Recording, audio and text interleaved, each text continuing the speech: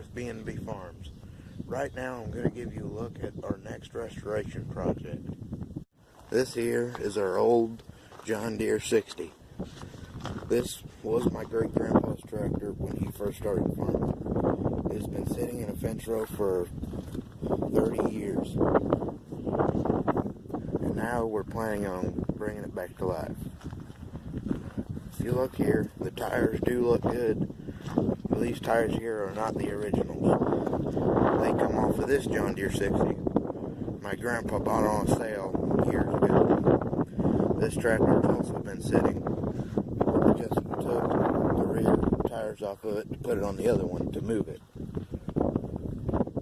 This tractor here will be used for parts, and we'll probably use some of the body off of it and put it on this one up here.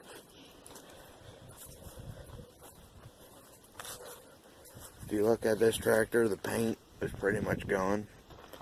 Here on the engine and everything, paint is still good. But on the body, it's pretty rough. Like I said, tractor's been sitting in a fence row for, I believe, 30 years.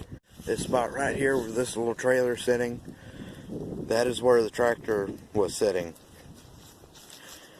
If you look, you cannot tell, but it is muddy right there because the tractor was sitting there and nothing was able to grow. It has been sitting here for a number of years.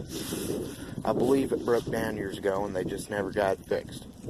If you notice, we got a lot more antique equipment sitting around here. An old 4-row planter, John Deere. It is a 495A John Deere 4-row planter, which we will probably end up restoring also and putting on the John Deere 60.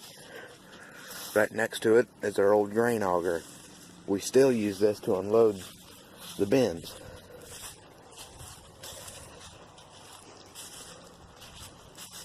We do have an old blade sitting there, an Allis-Chalmers plow,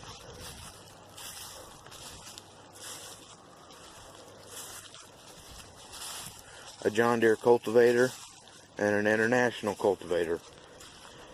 Right beside a 4-bottom John Deere plow. Hope you enjoyed this video. Please remember to like, comment, subscribe, and we will see you next time.